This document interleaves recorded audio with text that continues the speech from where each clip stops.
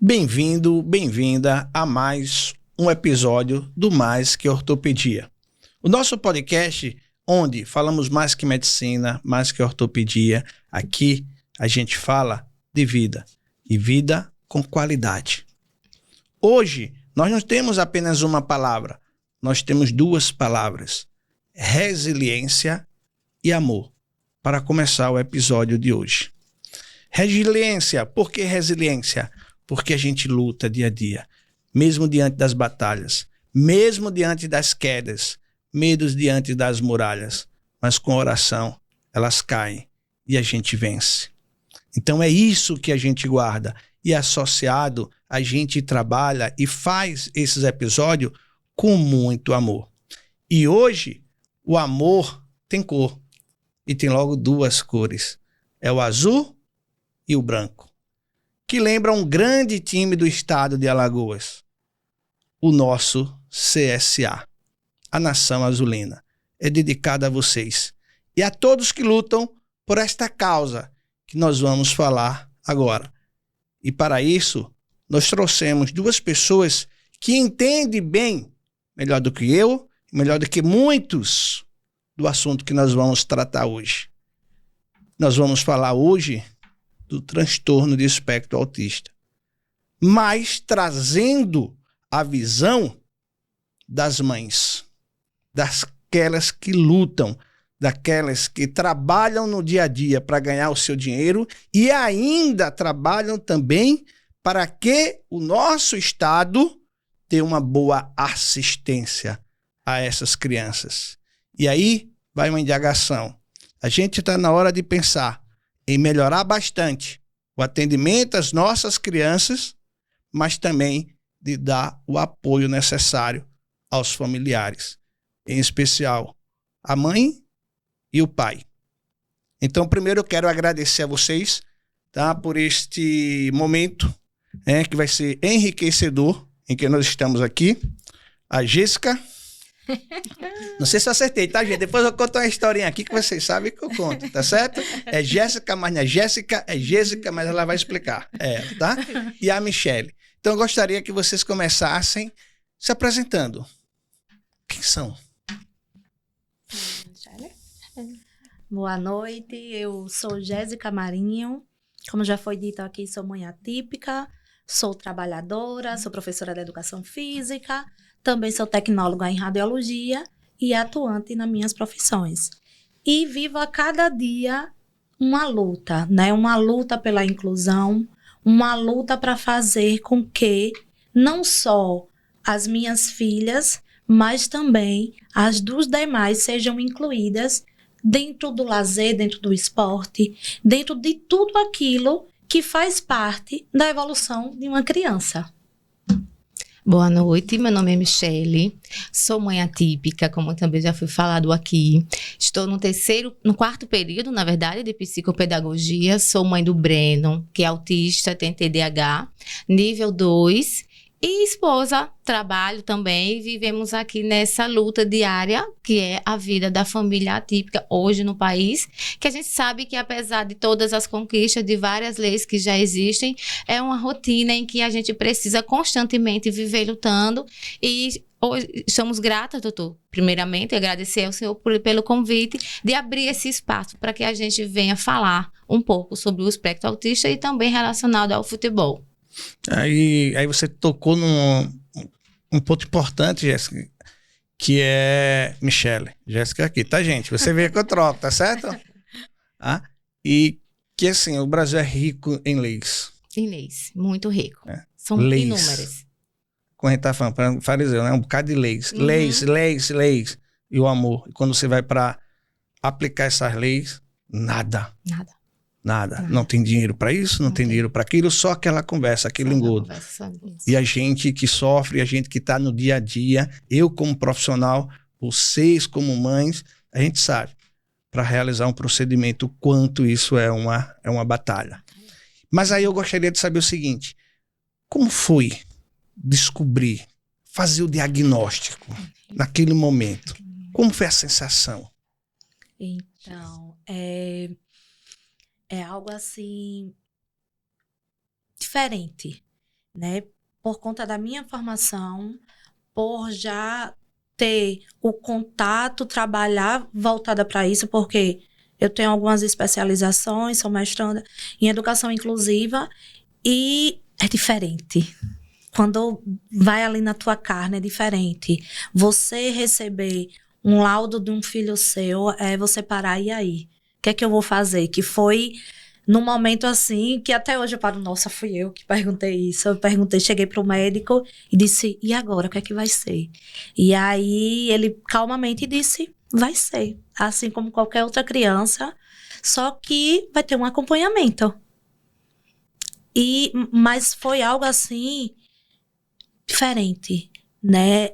Você, no momento, a minha preocupação era como vai ser o mundo para minha filha. De que forma o mundo vai recebê-la? De que forma o mundo vai cuidar? Porque eu acredito que a preocupação maior da gente, enquanto mãe, é isso, né? O mundo que está no entorno dela. Porque nós sabemos que o processo de inclusão, ele é muito duro, ele é muito árduo. Ele é muito bonito no papel. Mas ele verdadeiramente, no real, ele é complicado. Né? Às vezes ele é até inexistente, né? A falta de preparo dos profissionais que vão ter contato nas escolas, nos centros terapêuticos, são os médicos, até mesmo os locais que os nossos filhos necessitam realizar algum tipo de exame, o exame de imagem, que muitos dos profissionais, eles não estão capacitados, eles não entendem a sensibilidade dos nossos filhos, eles não entendem as atipicidades, né? Então, é uma luta constante. Então, o pensamento era, como vai ser agora? Né? Porque quando é na sua carne, o negócio é diferente. Então, o meu olhar hoje, enquanto mãe, enquanto profissional, é totalmente diferente. Então, a gente passa a ter um humano mais apurado, a sensibilidade nossa, ela passa a ser maior, né? E a gente passa a ter uma preocupação maior com o nosso entorno, né? Então, foram dias, assim, bastante complexos para entender de que forma eu ia estar ajudando a minha filha e de que forma eu ia conseguir não modificar, mas fazer com que o mundo passasse a ser realmente e verdadeiramente inclusivo. Aí foi aí que eu conheci a torcida dos autistas azulinos. Repete. A torcida? Dos autistas azulinos. Né? Foi o meu suporte, vamos dizer assim. Eu tive suporte de especialistas, mas foi onde eu senti o apoio, o acolhimento das mães que passavam pelo mesmo processo que eu estava passando. Então, a gente passou a se apoiar, a gente passou a se acolher.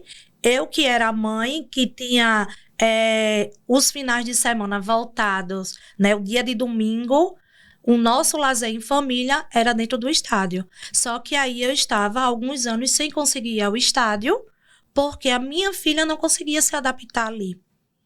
E aí foi quando uma pessoa me recebeu dentro do estádio e falou, tem a torcida dos autistas azulinos, você não sabe não? Fica ali no espaço separado, se você aguardar aí eu vou te levar lá para te mostrar como é que acontece e tudo. E foi aí que os meus finais de semanas prazerosos, né, às vezes até sofridos, né? Pula essa parte. Mas aquele momento do amor ao time, aquele amor ao futebol, ele volta com tudo, porque eu podia estar mais uma vez dentro do estádio com minha família ali. Isso. Porque havia o acolhimento. Isso não tem preço. Né? Não tem. Não tem mesmo. E aí, Michele? E a sua história? Doutor, a descoberta do diagnóstico do Breno, para mim, na verdade, assim, na minha família já tinha uma prima minha que é autista, que é a mais velha da família com o espectro autista. Mas, assim, como a Jéssica falou, quando é, vamos dizer assim, na nossa pele, quando é no nosso ninho, a gente sente bem mais. E a minha mãe, ela tem 3 filhas mulheres e ela sempre reclamava que nunca ia ser vó. E aí Deus disse, eu vou te dar 3 netos no mesmo ano. E eu e minhas irmãs engravidamos no mesmo ano, as crianças nasceram uma atrás da outra. E aí meus sobrinhos cresciam, faziam, e meu filho ficava parado. Eu sempre me questionava, meu Deus, por que o Breno não gosta de brincar? Por que o Breno não quer saber de musiquinha? Por que o Breno, quando a gente sai para algum local muito barulhento, ele se estressa, ele chora, ele grita? E aquilo me indagava muito. Eu dizia assim, o que é que tem de errado? E aí a minha mãe dizia, não, mulher, se acalma, é o tempo dele, o menino vai crescer. Mas eu sempre comecei a dizer, meu Deus, ele tem algo que ele precisa de ajuda, porque não é normal uma criança começar a crescer e ela não acompanhar o desenvolvimento. E aí foi quando a gente ele começou a fazer físio, na verdade, na Unima, e a esposa, na época do neuro, o doutor Flávio Santana, disse, mãe, ele não é só hiperativo, ele precisa ser investigado. Eu falei assim, mas ele precisa ser investigado? Ela disse, eu posso marcar uma consulta com meu esposo? Eu disse, pode. Eu falei, e o que é seu esposo? Ela, neuropediatra. Eu, na minha cabeça, um médico que cuida de pessoas anormais, na cabeça, da inexperiência. E aí eu disse assim, cheguei em casa, falei pro meu esposo disse, não precisa de levar para neuropediatra coisa alguma, o menino vai crescer, o menino vai desenvolver. E eu falei assim, mas existe algo de errado? E aí a gente começou a levar os Brenos para o acompanhamento. E para mim, na verdade, doutor, ao contrário de muitas mães que quando recebem o diagnóstico, a gente chama de luto, ela vive um momento de negação, sofre muito por não aceitar que o filho ou a filha receba o diagnóstico. Para mim, apesar de ter sido doloroso, foi, vou dizer assim, a palavra certa foi libertador. Porque eu disse assim, agora eu sei o que ele tem. Agora eu sei que ele é autista, que ele não se desenvolve, não acompanha o neurodesenvolvimento das outras crianças porque ele é autista. Então agora eu vou parar de reclamar, eu vou parar de estar gritando, eu vou parar de questionar ele. Pô, você não sabe fazer isso? Que menino lerdo! Era desse jeito. Por que você não consegue fazer? Todo mundo faz, Breno, você não faz. Então o diagnóstico para mim foi, não, agora eu sei o que tu tem, filho. E agora eu vou te ajudar. Agora eu vou pegar na tua mão e eu vou mostrar que aonde tu quiser estar, tu vai estar. E aí foi quando eu comecei a luta por terapias, por escolas, por aceitações em locais, que a gente sabe que falar de inclusão, toda boca fala. Mas fazer ela acontecer na prática, do jeito que ela tem que ser feita, são poucos. Eu disse, então, a partir de hoje, aonde tu quiser estar e o que tu quiser ser, tu vai ser. Porque a mãe vai lutar para isso. Você diz como a nossa torcida fala, é nós. É nós, vamos embora para cima. E foi justamente daí que surgiu esse meu desejo de, se ele tem o transtorno do espectro autista, tem as suas dificuldades, tem as suas limitações, mas aonde ele quiser estar, eu vou fazer com que ele esteja. Foi aí que surgiu, então, o desejo e a vontade de estar com ele e com outras crianças lá no estádio assistindo a partida de futebol. Mas como foi isso? Esse encontro, assim? Jéssica já falou, mas e você, assim, reuniu outras crianças? Como foi? Na verdade, o que aconteceu? Eu sempre assisti jogos, né? Que além do CSA, eu sou torcedora do Mengo, certo, lá no Rio. E sempre que eu assistia os jogos do Flamengo, tava lá, né? Autistas rubro-negros. A faixa. Aí eu falava, poxa, autistas rubro-negros, deve ser torcida de autista. Aí eu fui lá e segui. Aí vi que tinha os rubro-negros, cruzeirenses, Botafogo, Fluminense, todos. Aí eu tentei começar a entrar no Instagram e comecei a entrar nos grupos dessas torcidas também. E um certo dia, um dos membros de alguma torcida chegou para mim e falou, você é mãe atípica? Eu disse, sou mãe atípica. Qual time você torce em Alagoas? Eu disse, CSA. Aí ele, então para de achar lindo as outras, para de ficar mentalizando como seria e cria do CSA. Faz acontecer. Aí eu fiquei, não dá certo nada. Isso, como é que eu vou fazer? Meu Deus, isso é loucura, gente. Levar a criança com autismo para o estádio. Aí só que aquilo ficou martelando na minha cabeça por dias. Aí eu dizia, vou criar. Aí no outro dia, não vou não, vai dar certo não. Aí no outro dia, vou criar. Até o momento que eu disse, olha, Deus, meu coração grita para que eu volte a assistir jogos. Porque hoje eu sou azulina de coração através do meu marido, Bruno. Porque desde que a gente se conheceu, ele é fanático pelo CSA. Então, quem me levava aos estádios para assistir futebol era ele. E assim, depois que a gente recebeu o diagnóstico do Breno, eu nunca mais fui. Ele ia sozinho. Eu acompanhava de casa. Aí eu ficava, meu Deus, por que que todo torcedor pode estar no estádio assistindo a partida de futebol e eu tenho que ficar com o Breno em casa? Aí foi quando eu disse, sabe de uma, eu vou criar e acabou.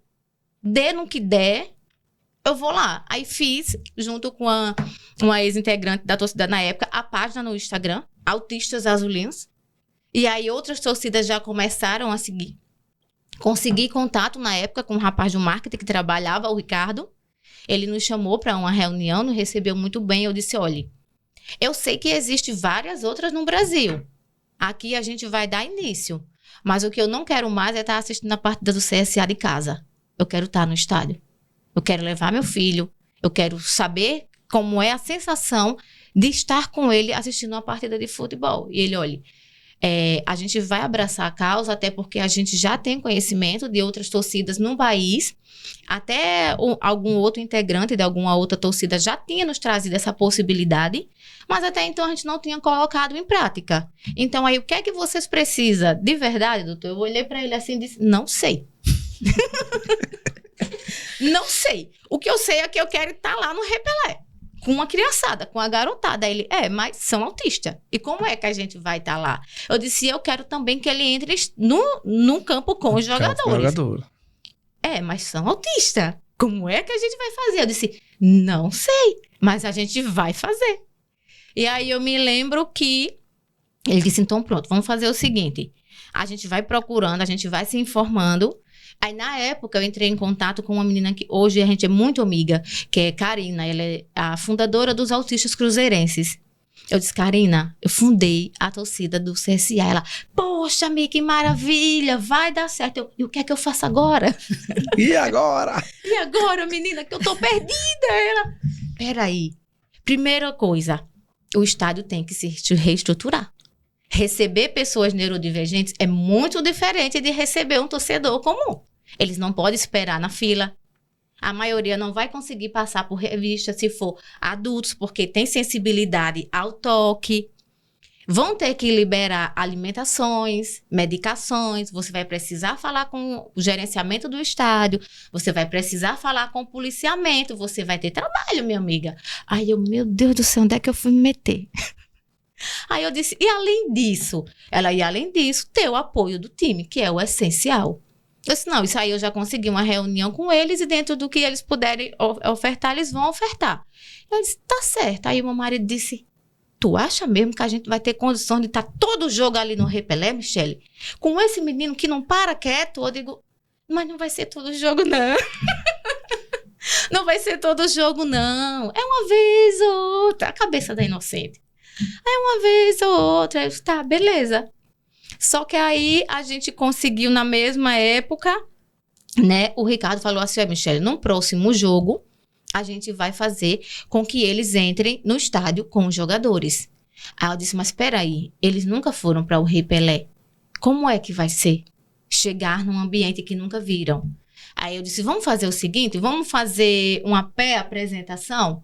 Vamos levá-los ao estádio primeiro, antes da entrada com os jogadores, e vamos levá-los ao CT para passar um momento com os jogadores. Porque aí cria um vínculo e faz com que eles se sintam seguros. Até porque na nossa primeira entrada em campo foram 20 autistas. Cada jogador entrou com dois. Dois autistas. Aí eu disse, então vamos embora. Aí fomos. Levamos ele para o CT, o ônibus do CSA veio buscar, passaram a manhã inteira lá. Interagindo, brincando com os jogadores, conversando. À tarde, todos os pais levaram para o Repelé e nós fizemos um reconhecimento no estádio, para que à noite eles se sentissem mais seguros. Isso foi no mesmo dia? No mesmo dia. De manhã estava com o jogador, à tarde foi no estádio vazio, à noite foi para o jogo. E o jogo era no dia seguinte. No dia seguinte. Isso. Tá. Aí de manhã a gente levamos eles para o CT, para passar esse momento com os jogadores. À tarde para fazer o reconhecimento no estádio. E no dia seguinte foi a entrada em campo. E aí meu marido disse, olha, Michele, eu acho que é bom eles terem abafadores, porque por conta da zoada, eles vão se desorganizar. A nossa torcida não faz zoada, não. Jamais. Só que aí o que é que aconteceu? Eu lembrei de uma entrada em campo que eu não me lembro qual foi o time na época, eu acho que foi Criciúma, se eu não me engano, que antes das pessoas autistas entrarem em campo, eles fizeram uma campanha nas redes sociais pedindo para que quando as crianças autistas pisassem no estádio, todo o estádio ficasse em silêncio, como forma de respeito, inclusive a bateria. Aí eu falei isso para o Ricardo disse, então bora fazer vídeo. Vamos divulgar o vídeo. Aí na época o CSA divulgou o vídeo, com algumas pessoas aparecendo, pedindo, né, falando, amanhã, pela primeira vez, torcedores autistas irão entrar no estádio com os jogadores. Pedimos que nesse momento toda a arquibancada fique em silêncio em momento de respeito. Falamos com a bateria da Mancha. Olha, enquanto as crianças estiverem entrando, tem como a bateria ficar? Não, com certeza, Michele. Tem nosso total apoio. E aí, um dia antes, num grupo lá da torcida, que a gente tem um grupo com todas as famílias, teve pessoas que começaram a desacreditar. Aí disseram assim, rapaz, é melhor eu não levar meu filho, porque eu tô vendo que isso não vai dar certo. Já pensou 20 crianças autistas entrando naquele estádio lotado, o pessoal fazer um barulhinho assim, vai se desorganizar todos e a gente vai ter um caos, todos eles correndo dentro do Rei Pelé. E aí eu fiquei, meu Deus, o que é que eu fiz? Aí eu olhei pro meu marido e disse, meu marido, não dá tempo de desistir mais não. Agora vai que vai acontecer. Ah, eu duvido. Teve um pai que disse assim, deixa de ser louca. Você tá querendo criar um caos num dia de um jogo tão importante para o CSA. Você não tá vendo que essas crianças não vão conseguir entrar com os jogadores e que muito menos aquele estádio inteiro vai fazer silêncio? Aí eu olhei assim e disse, vai ficar, porque Deus não me trouxe até aqui para não cumprir a promessa. E quando eu me ajoelhei, orei e falei, Deus, se for da tua vontade, eu vou criar essa torcida. E o Senhor disse, vai que eu estarei contigo. Aí teve um rapaz na época, que ele fazia parte da Mancha, e ele estava num grupo, né, que ele falou, eu duvido, enquanto essas crianças estiverem entrando naquele estádio, aquele estádio inteiro não ficar em silêncio. Porque CSA é uma família. E a gente vai abraçar essa causa como novos integrantes da nossa família. Até porque já existem outras torcidas do Brasil. Parece loucura. 10 minutos antes de todas as crianças entrarem, meu filho se desorganiza. De uma maneira no estádio que não tinha quem fizesse ele se organizar. E aí as crianças começaram a entrar, a gente teve apoio na época de uma clínica terapêutica com psicólogos e terapeuta ocupacional, começaram a entrar com eles e levar eles para os jogadores. E meu filho não se organizava de maneira nenhuma. Eu disse, ok, tudo bem. O momento vai acontecer, você não vai participar, outro dia a gente participa. A mãe vai ficar aqui e a mãe vai ficar com você. É tudo no seu tempo. E coraçãozinho apertado, dizendo, meu Deus, como eu queria. Eu lutei tanto por esse momento e não vou ver meu filho fazendo parte desse momento. Fiquei lá, meu marido, vamos levar ele de qualquer jeito. Eu digo, não, vamos esperar ele se organizar. Do nada, o menino enxuga as lágrimas, pega na minha mão e diz, vamos, mamãe. Eu abraço ele e saio correndo de estádio afora para entregar ao último jogador que ia entrando. Quando eu entrego ele no braço do jogador, que eu olho para o estádio está inteiro em silêncio. Eles só não ficaram para entrar com os jogadores, eles ficaram até o fim do hino nacional. Hino nacional. E quando eles saíram de campo, as pessoas não bateram palma, não fizeram zoada, simplesmente balançaram as mãos em forma de respeito. E quando eu saí com eles de dentro do campo, eu subi para o quarto piso, que era onde a gente ficava, eu chorei feito criança. Porque o que todo mundo dizia que iria dar errado, deu certo. E a partir daí, hoje, nós já vamos fazer 3 anos. 3 anos de existência, agora em fevereiro. Em todos os jogos? Todos os jogos a gente está lá. Não entra em todos, né? Porque tem uma preparação. Entendi. Mas todos os jogos aqui no Rei Pelé a gente está lá. Nossa, é emocionante. Tem uma história. E além de toda essa história, é isso que você falava, né? É que você assistiu onde todos diziam que ia dar errado. Que ia dar errado. E é isso que eu quero deixar para vocês, essa mensagem. Além de toda essa história, é aquilo. Ah, é a louca. É o que dizem para mim também. Ah, é o louco. Tudo que eu falo, tá inventando. Ah, você viu o resultado? Então são nessas histórias que eu me apoio. Eu me apoio. Porque tem que ter, sim, um louco para os outros, tá? Porque para mim, eu acredito que para Michele, para a gente, não é louco. Tá? É uma convicção.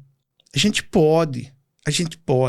Agora, muitos ficam, né, dizendo que não, isso é loucura, isso é aquilo. Para quê? Para que vá desestabilizar a gente. Para que a gente perca a nossa força.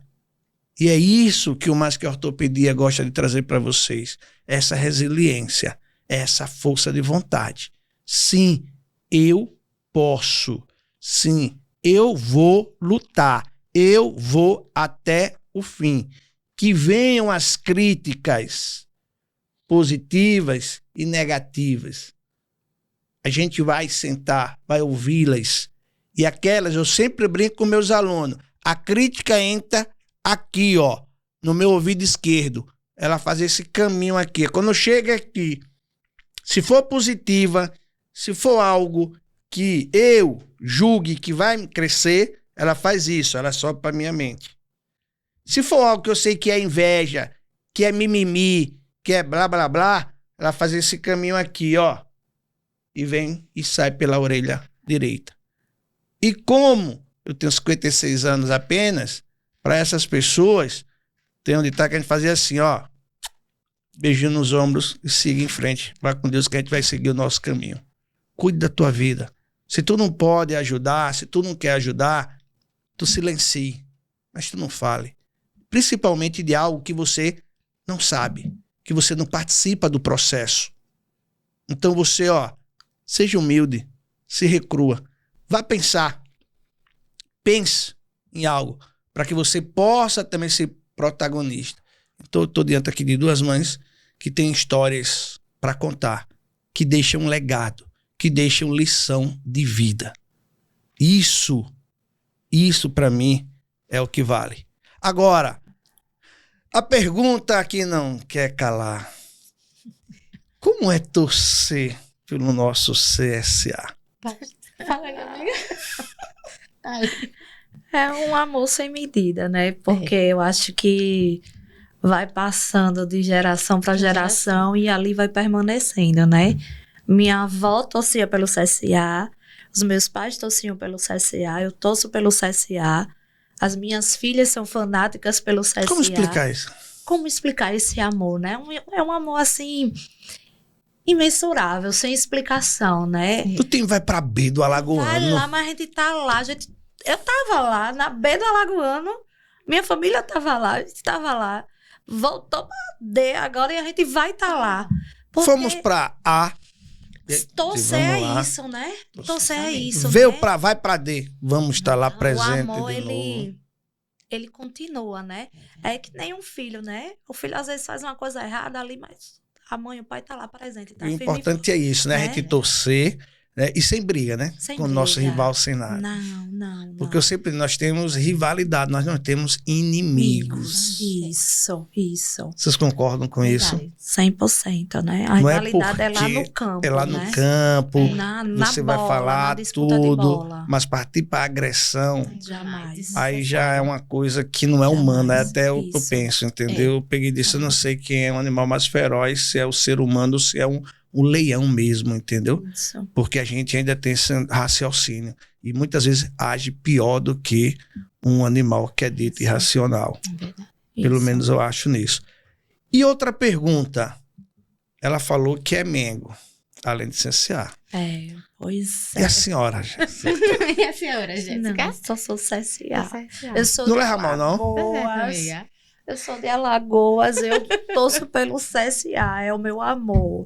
Então, se o meu dinheiro vai para sócio, é no CSA que eu invisto. Se é para comprar uma camisa do CSA que eu né, compro. amiga? Então, é o amor, assim, é o maior de Alagoas, né? Vamos Você lá. está dizendo. Né? Isso é uma Sou eu que tô constatação? dizendo, tá? Ninguém vai questionar. Não, né? Então, é o meu time, né? É o amor pelo meu estado e pelo meu time, pelo Nisso CSA. aí, sabe? Me desculpe, mas no mundo, eu só torço pro CSA também. Isso. E aí, eu sofri muito bullying, viu? Foi? Porque eu fiz a parte de traumatologia desportiva.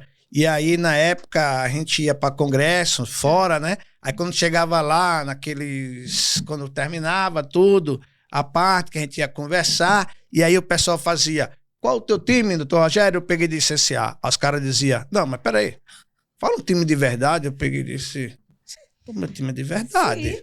Eu só torço por CCA. Por que eu tenho que torcer por vocês? Nada contra, mas eu tenho que torcer, eu sempre tive aquilo. E aí também, como vocês têm uma história, eu também tenho uma história seguinte. Eu fui deixado na maternidade.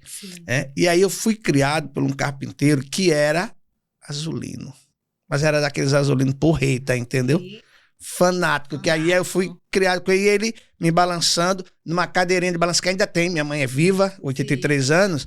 E me balançava. A cor da cadeira daquela de balanço era azul e branco. Azul e branco. Ainda tem pequeno lá que minha mãe guarda tudo desde o casamento, tá, dona Cícera? Aí eu vou lá, tá lá, era azul e branco.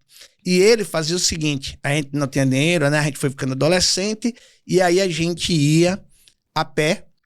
Ah, me desculpa, tá? Mas eu vou falar aqui, a gente ia a pé da Pitanguinha. Agora ia que eu digo, ia com um grupo de amigos. Amigos azulino e amigos regatiano também. A gente ia junto. Já saía na mangação junto. Ia pra lá. Era pra ir a pé, só tinha um dinheiro mesmo da entrada. Mas às vezes a gente entrava nos ônibus e a gente maiava, entendeu? É um pequeno detalhe que ninguém sabe. Eu maiei, sabe? A gente maiava. Quando eu penso assim, e a gente maiava, mas a gente chegava. A gente assistia o jogo, só com aquele dinheirinho da entrada. Depois a gente voltava. Quando eu voltava, ele tava em casa, na calçada, com o rádio assistindo. Eu ia chegando, ele fez: epa, senta aqui, como foi o jogo? Aí eu, lógico, naquela época não tinha não. Mas a pessoa não tá... Eu só fazia: mas o senhor não viu não no rádio? Não, mas eu quero saber. Aí eu tinha que contar detalhes. Aí ele gravava algumas coisas que os narradores falavam, né? E dizia: mas falaram isso. Foi verdade? Foi não sei de quê. Aí a gente ficava conversando. Eu adolescente e sobre o jogo. Aí eu tinha que estar falando detalhes do que aconteceu no jogo. Então, tinha antigamente tinha mais jogos de finais, assim, né? Tinha 3 partidas, tudo. E aí a gente, quando apanhava 2 do nosso adversário, aí ele falava... Aí eu digo: vai, ele que dizia: vai não, pô, bom nada, já levou 2 vezes. Ele pegou e disse: vai, que a gente não apanha 3 vezes seguida, não. Aí até hoje eu memorizo, sabe quanto? Não, agora eu vou, que agora a gente vai ganhar. Agora a gente vai ganhar. Por quê? Porque o meu pai dizia que a gente não apanha 3 seguidas, não, entendeu? Então isso eu fui crescendo. E aí quando eu tive um sonho de ser médico, aí o meu pai, a primeira coisa que disse foi: tu vai estudar, filha da mãe. Bem assim, tu vai estudar, tu não vai ser carpinteiro, não. Tá? Pra ser médico. Agora tu tem que ser médico do CCA. Eu digo: valeu-me Deus. Médico do CCA. Não só ser médico, tem que ser médico do CCA. E tudo conspirou a favor, que eu consegui, dar certo, entrar em medicina, que não foi fácil a trajetória para você entrar. E depois, num belo dia, quando eu tô numa residência de ortopedia, chega o doutor Márcio Roberto, que era médico do CCA, e fala: tem algum acadêmico aqui que queira estagiar no CCA? Na mesma hora me dá aquele negócio no coração. Eu digo: não acredito. Aí eu levanto minha mão. Eu digo: oxente, eu. Aí eu começava a ir pro CCA. Aí saía da UFAL de 3h30, né? O treino só começava no final da tarde, no Mutange. E aí eu pegava o ônibus, certo? Descia ali no quartel do 20. E aí pegavam aquela retinha, ia descer lá no Mutange. Aí naquela época, médica, assim, a gente estudante andava de branco com a malinha preta. Aí tinha o Carlos, que era preparador de goleiro. Tá? E aí quando ele vinha eu descendo ali, né? Aquele pontinho branco, ele dizia: ó, quase tá vindo. Aí tinha o Beto Roupeiro, que até hoje a gente é amigo, a gente conversa, entendeu? Aí quando eu chegava lá, o meu nome não era Rogério nada, era quase. Porque eu era quase médico, que eu era acadêmico, entendeu? Aí ficava lá dando suporte ao doutor Dalberão e ao doutor Márcio. Até que aquele negócio da trajetória. Vão saindo, me formei e passei lá uns 8 a 9 anos como médico do CNCA. Chegando a uma época a ser ainda diretor médico, depois fiquei com o doutor Geraldo Lessa, né? E aí, como eu estava falando, fora aqui do lado de você, a gente ganhou do Vasco, 2-1. Eu tive o prazer de estar lá, tá? Assim, vendo aquela vitória que foi um marco. Fui campeão, tá? Contra um dos melhores times que o nosso rival já fez aqui, que aí eu estava falando também, que aí é nisso que eu acredito, entendeu, gente? Eu não acredito no eu acredito no nós. No coletivo. No coletivo. Por quê? Porque o time do nosso rival era um super time que estava, mais uma vez, querendo subir para a Série A. Tá? E eu vou dizer até alguns nomes, porque eram os nomes que estavam lá, que eram os marcantes, assim, Zé do Carmo, que era um cracaço, que jogou no Vasco, no Santa Cruz. Você tinha um zagueiro, se não foi Edilson, assim, que tinha um chute fantástico. E todo mundo dizia, quem vai ser campeão vai ser o nosso adversário. E no final foi 1-0 para o CSA, com gol de William Bidé. Vocês procurem aí na internet que vocês vão achar nosso lateral esquerdo, lá da Joana d'Arca, lá da minha Pitanguinha. Foi ele que fez o gol do título. Ou seja, a gente saiu naquele dia comemorando o título alagoano, tá? Com o gol do Bidé, que ainda hoje mora na Pitanguinha. Ou seja, mas tinha uma união. Era um time que jogava, como a gente fala, comia grama. Comia grama. A gente jogava. Eu digo a gente porque eu fazia parte da comissão técnica. E você encontrava realmente uma família. E que vestia realmente a camisa. E que vestia a camisa. Tá? E aí é aquele negócio. Tinha derrotas? Tinha. Mas você saía derrotado, triste, mas eu fiz tudo o que eu podia fazer.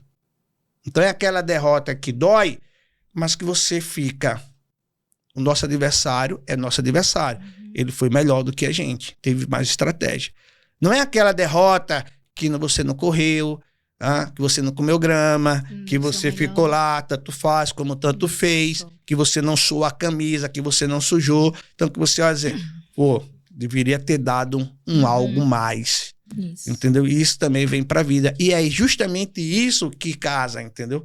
Quando eu fiquei sabendo de vocês, cara, essa garra que vocês têm como mãe, como mulheres, tá certo? Que trabalha, né? Que são mães atípicas. E aí trazendo também para o nosso time, que nesse momento está passando por uma fase, até parece que a gente combinou e nada foi combinado. Verdade. Justamente conversar sobre essa dificuldade, mas vocês como vencedoras, o nosso time também como vencedor. Se a gente conseguiu o que está escrito ali, união e força, a gente pode sair. Sim, com certeza. E aí vem aquela pergunta. Hoje, institucionalmente, vocês recebem alguma ajuda? E não estou falando financeira não, tá, gente? Esquece. Mas alguma parceria, porque o que vocês me falaram para mim é importante. Por exemplo, entrar em campo. É importante para os pais? Sim. É importante para as crianças? Também. Mas eu já conversei até com alguns atletas, entendeu? É importante também para o atleta. Isso. Porque você sabe que você está correndo ali não apenas pelo dinheiro. Você tem uma causa. Isso. E que tem outras pessoas que naquele momento recebem até menos de você, mas que tá ali junto. Então isso para mim tem um valor enorme. Isso não tem preço. Isso tem um valor. E aí eu pergunto a vocês têm esse apoio institucional do CSA? Amiga, tá? Fala aí, Michele. Doutor, desde a criação da torcida, a gente sempre consegue manter comunicação com várias pessoas do clube. E assim, dentro do limite deles, eles dão, assim. Quando a gente precisa dizer assim, olha, gostaríamos que as crianças entrassem em campo. Vamos analisar o horário de jogo, porque geralmente jogos muito tarde não dá certo para eles entrarem, porque a maioria faz uso de medicações. Então, praticamente, esse horário já estariam dormindo. Né? Aí eles ajudam. Nos ajudam também a gente precisar, assim... Precisamos do mascote para estar em algum evento, porque as crianças são apaixonadas pelo mascote. Aí eles dizem, sim, Michele, né? Quando chega o mês de abril, fazem postagens sobre a conscientização do mês de abril. A gente sabe que durante esse tempo, entre esses altos e baixos em vida do CSA, faltou um pouco de comunicação para com a torcida, principalmente com relação a mais tempo dessas famílias junto a, não falo só em si o time, mas também com relação a todo o contexto que envolve, né, as crianças visitarem o CT novamente, que é uma paixão muito, muito grande delas, entrarem mais outras vezes com os jogadores, porque isso para eles é muito importante, doutor. Eles criam um vínculo que para eles era como se alguém fazer parte da família, Da né? família. A gente tem um Isso. pequeno da torcida que ele entrou com o ex-jogador do time, o Nicola, que o Nicola hoje é apaixonado por ele. Fala com o pai, manda mensagem para o pai. E por várias vezes o Nicola pediu para que ele entrasse em campo com ele, porque ele disse, ele é meu amuleto.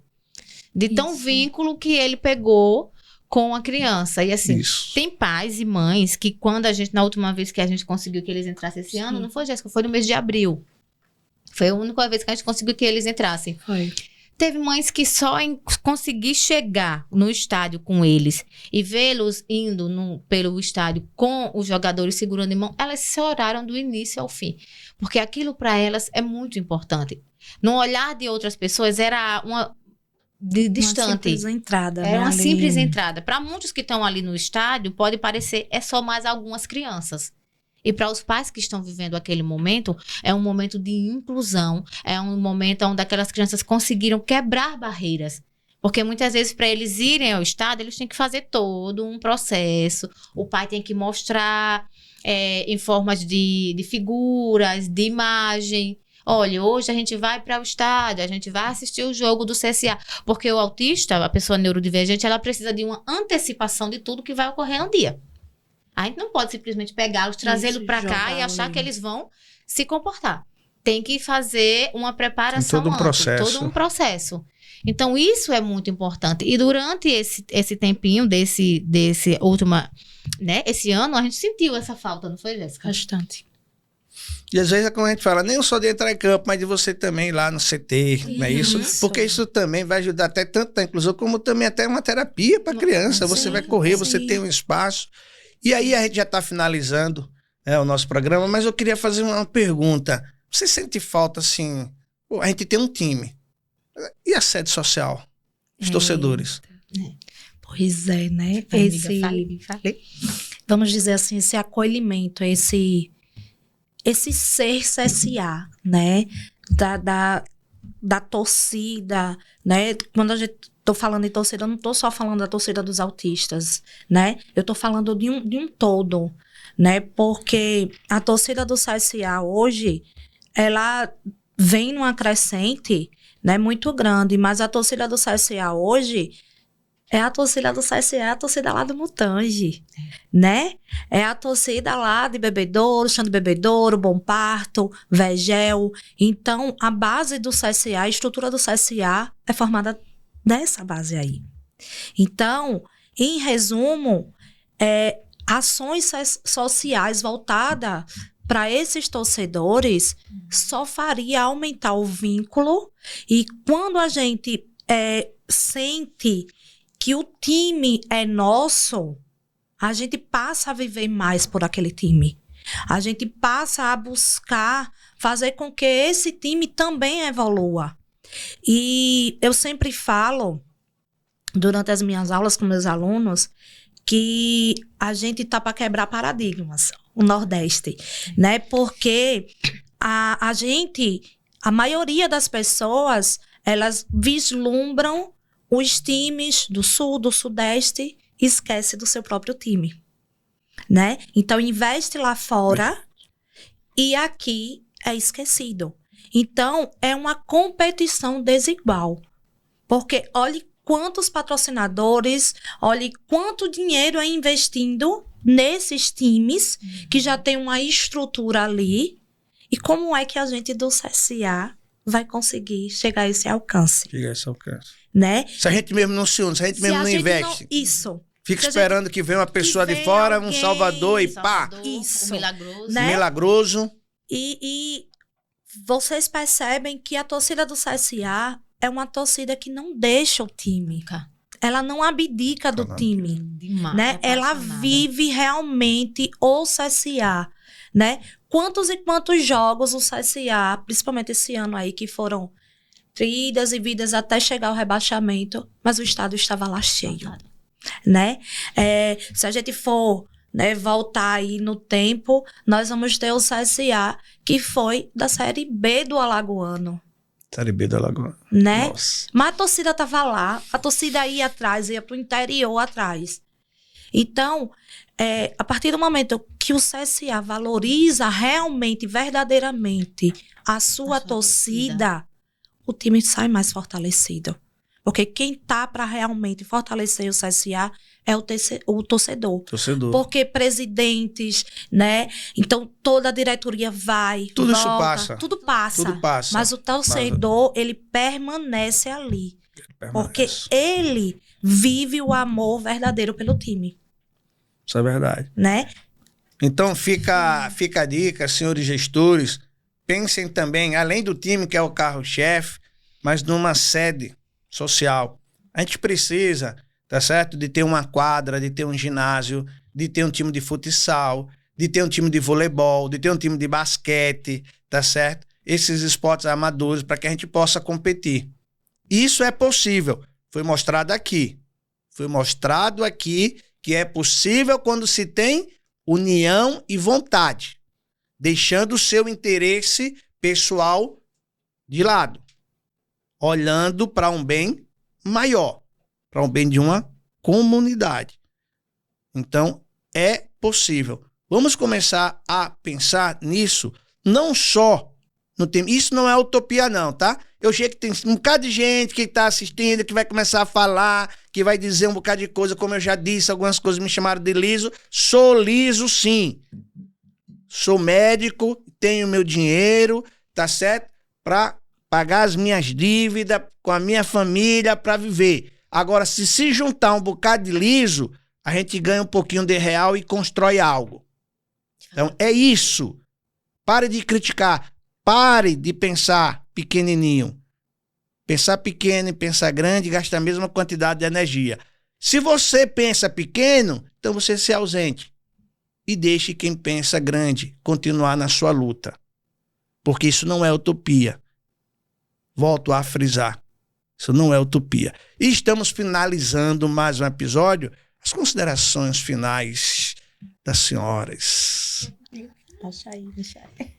Eu sou muito obrigada pelo espaço, mais uma vez, né? Dizer aqui que estamos aqui hoje falando de tudo isso que envolve a inclusão de pessoas com transtorno do espectro autista, não só no futebol, mas em várias outras áreas do esporte, universalmente, né? Que muitas vezes a gente pensa que o diagnóstico, ele é o fim de tudo e que nossos filhos não vão conseguir ser ninguém, não vão conseguir ser além, mas hoje a gente está aqui, os autistas azulinos estão aqui para provar que todo e qualquer ser humano, ele é capaz de tudo e qualquer coisa, basta que a gente confie, que a gente acredite e que a gente dê oportunidade para eles, e é isso que eu vou deixar aqui, essas considerações finais, é que cada pai, cada mãe que tem uma criança neurodivergente, seja ela autista, com Down, com microcefalia, que recebe o seu diagnóstico, não desistam dos seus filhos. E muito menos abdiquem mão de estar com eles em todo e qualquer ambiente. Porque muitas vezes nós já somos muito segregados a viver dentro de casa pelo diagnóstico. Então não ache que porque meu filho recebeu o diagnóstico de tal coisa, eu não vou poder estar em ambiente nenhum. Hoje a gente está aqui para provar. Todos os jogos do CSA têm torcedores de autista lá no estádio. Por mais que muitas vezes no início foi difícil de algumas pessoas compreender e entender o que é que eles estavam fazendo ali, que a gente já chegou até a ouvir, o que é que esse monte de pessoa com autismo está fazendo aqui? Por que é que não estão em casa? Mas isso é uma forma de você incluir. Incluir é você chamar para perto aquilo que você achava que não seria possível e mostrar que é possível. Então, isso é muito gratificante quando a gente percebe que os nossos filhos são capazes. E essa é a mensagem que eu quero deixar para todas as pessoas que estiverem nos assistindo, que não desistam dos seus filhos, independente de todo e qualquer diagnóstico. Diagnóstico não define pessoa. Ele é apenas uma condição. É isso. Estamos para quebrar paradigmas, né, Michele? Né, amiga? E aí a gente vem para mostrar que os nossos filhos tem direito à inclusão como um todo, né? Ao lazer, a prática do esporte, a educação, e a gente vem na busca dessa quebra de paradigmas, né, de fazer com que a inclusão ela aconteça de forma verdadeira, né, que ela saia ali só da data do 2 de abril, né, que ela não seja apenas uma postagem lá no Instagram, né, mas que ela seja um apoio, que ela seja o acolhimento que não só os nossos filhos necessitam, mas também a família como um todo, né, a família típica e principalmente as mães, que em sua maioria são mães solos, né, que os pais não aguentam a pressão e abandonam suas esposas juntamente com seus filhos. Então, é uma luta diária, né, não só pela questão da inclusão, mas a questão também do respeito por toda essa família, né?